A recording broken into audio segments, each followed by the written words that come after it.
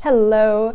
My husband and I recently took a very last-minute trip to Keystone, Colorado, as in we bought the tickets on a Thursday and we were supposed to fly out 3 days later on a Sunday, and I wanted to share some of that trip with you guys along with a small embroidery project that I made to commemorate this adventure.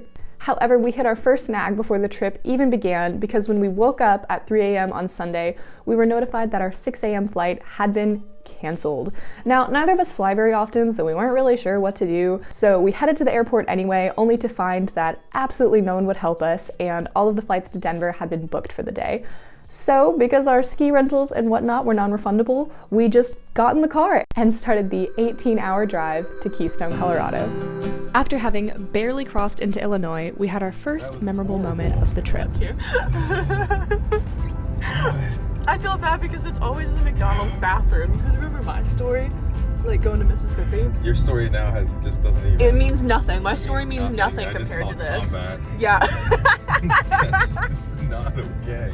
Without going into too much detail, Spencer essentially witnessed a man with a bowel emergency that didn't quite make it to the toilet, and I have the utmost pity for the McDonald's employee who quit their job that day as a result of not wanting to clean that up. Anyway, after a very long drive, we finally made it to Keystone. It's 3 a.m. We just made it to the condo, and we have been traveling for about 24 hours straight, so we're a little tired, but just very grateful to be here. It's been fine. The first 12 hours of the trip were okay, and then the last 5 were just brutal, but we're here. So, it's gonna be a good day, but sleep first. Here is the view from our condo.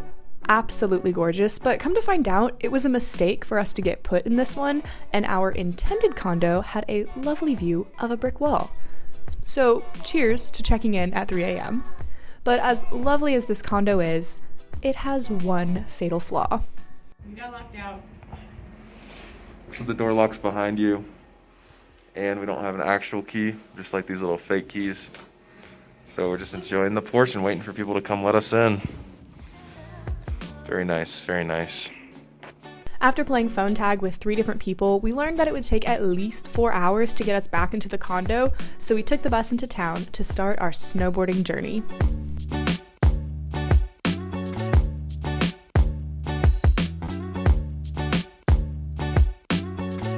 Spencer has snowboarded a few times, so after about a half day on the bunny slope with him teaching me, this was my best run. Yeah.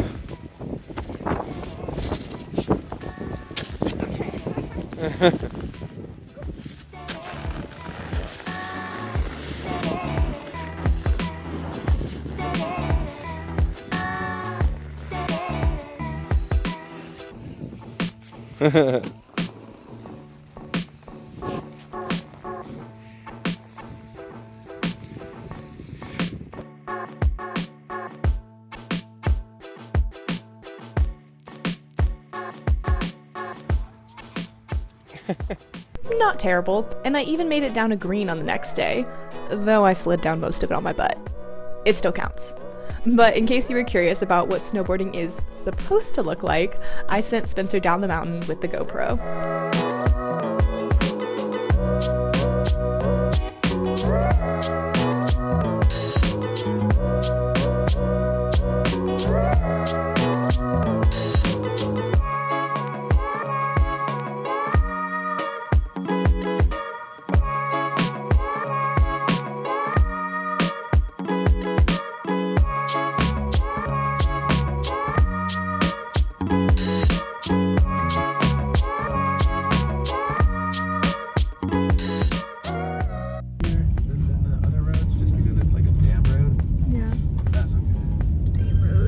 We had a few excursions into the nearby towns, and at one Starbucks they gave us 3 free drinks because someone was in training. It was awesome.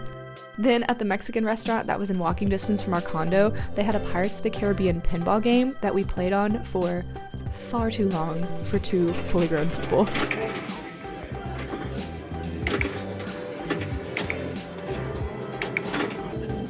Aw, see when he goes back there.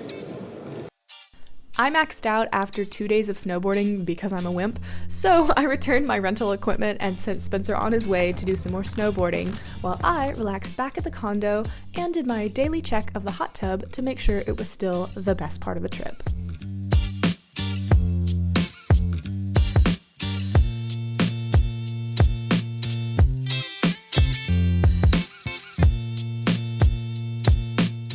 Unfortunately for us Tennesseans who cannot drive in the snow, we had to cut our trip 2 days short and head home in order to beat an incoming snowstorm.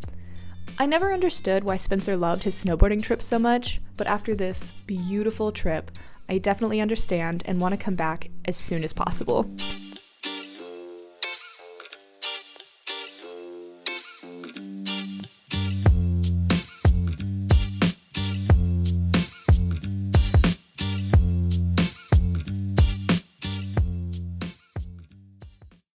To start the embroidery project, I swiped a copyright-free moose picture, put it in Canva, and then added a scarf to give it a little winter flair.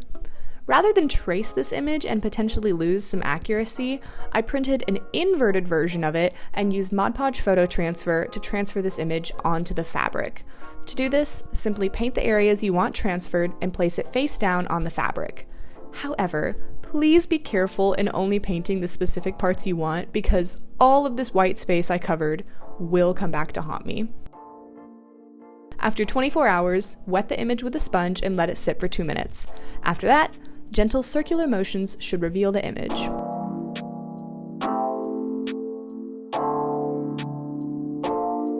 Initially, I really wanted to paint a mountain landscape from the trip, so I spent a fair amount of time videoing literally every single large rock that I saw. But after about 10 minutes of painting, I remembered that I hate painting landscapes. There's just too much room for interpretation, and the blank canvas can be really intimidating. So I figured an embroidery project with a smaller scale subject better fit my preferably tedious art style. The letters were super fast to embroider because I just used satin stitch, which is essentially filling in the letter with a bunch of horizontal stripes. However, I found that I suffer from severe right-handedness. Even though the stitch is super simple, my left hand still couldn't pass the needle back up through the fabric in the correct spot. So my right hand essentially did all of the work, and my left hand just helped to make sure the thread didn't tangle.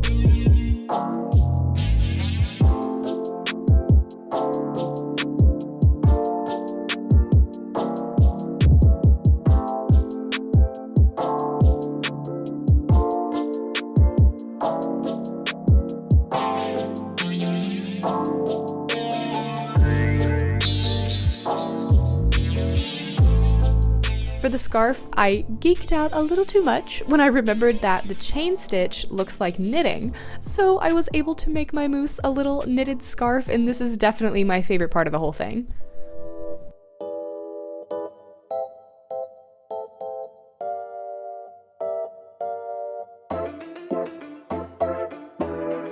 When it was finally time to embroider the moose, we had our own little Tennessee snowstorm roll through, so my art space was unfortunately no longer inhabitable and I moved to a cozier spot.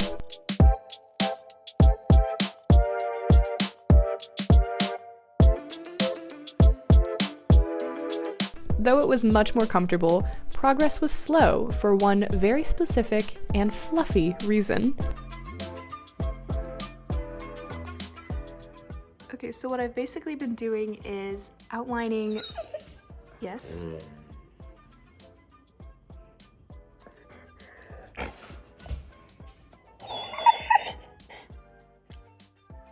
What? So what I've basically been doing is kind of mapping out the general shape and flow of the hair or fur in black and then coloring it in with brown, and I started on the butt. Just, Benny, please, sir. And I started on the butt just to see if I like it, and good thing I do because I'm not sure that I would have undone all of this had I not liked it. But yeah, so I'm gonna go ahead and continue on with this and probably work from back to front and finish with the face. But it got done in the end. Here is a quick front and back view before taking it off the stand. Google said that soaking the Mod Podge in hot water would help remove it, but I did not find this to be the case. I tried leaning into the extra white around the embroidery by just painting the rest of it, but this only made it look much worse, and I had to resort to the patch paper. I ironed it on, cut out the embroidery, and then ironed everything onto a new piece of fabric. This is almost certainly not how you use an iron, so please be better than me. To finish this project, I sewed the embroidery fabric to a scrap piece from Benny's Stitch costume to make a pillowcase. And luckily for me, Benny also happened to destroy one of my outdoor pillows, so I had stuffing at the ready.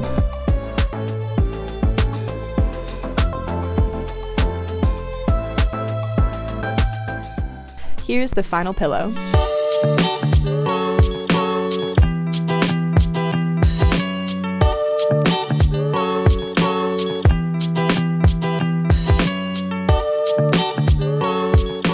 It's not 100% perfect or really functional at all, but I think it's a sweet way to remember our first snowboarding trip together. Thanks for watching.